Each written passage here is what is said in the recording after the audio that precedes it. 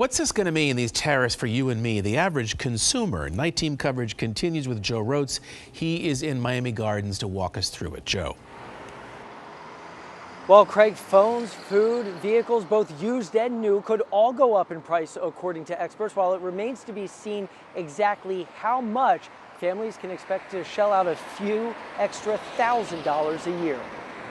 President Trump's tariff plan is a tax, one that economists largely agree will be passed down to the American consumer.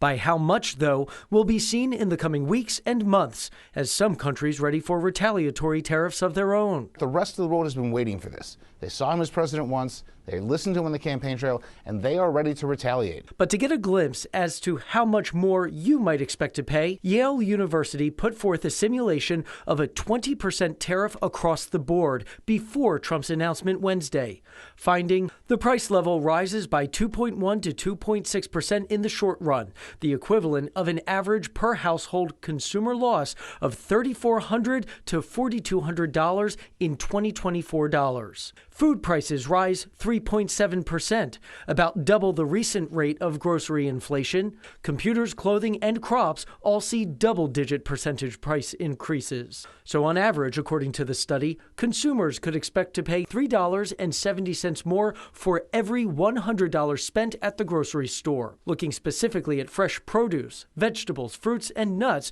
rises 4.9%, so nearly $5 for every $100 spent. The study finds auto prices rise 7.8%. For the average new car sold in 2024, this would be the equivalent of an extra $3,700 to the price, with foreign cars and cars with high foreign content relatively more exposed. It's going to hurt our businesses. And you know, the auto industry employs thousands of people, one of the largest industries in the United States. Housing prices from lumber, depending on where it is sourced from, remains to be seen. Again, this assumes an across-the-board 20% tariff.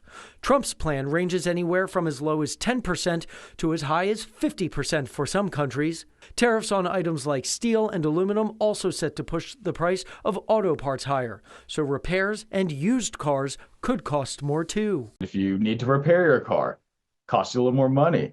Same thing when the dealer takes in a trade-in, they have to recondition the vehicle, they have to repair the vehicle, be selling standards.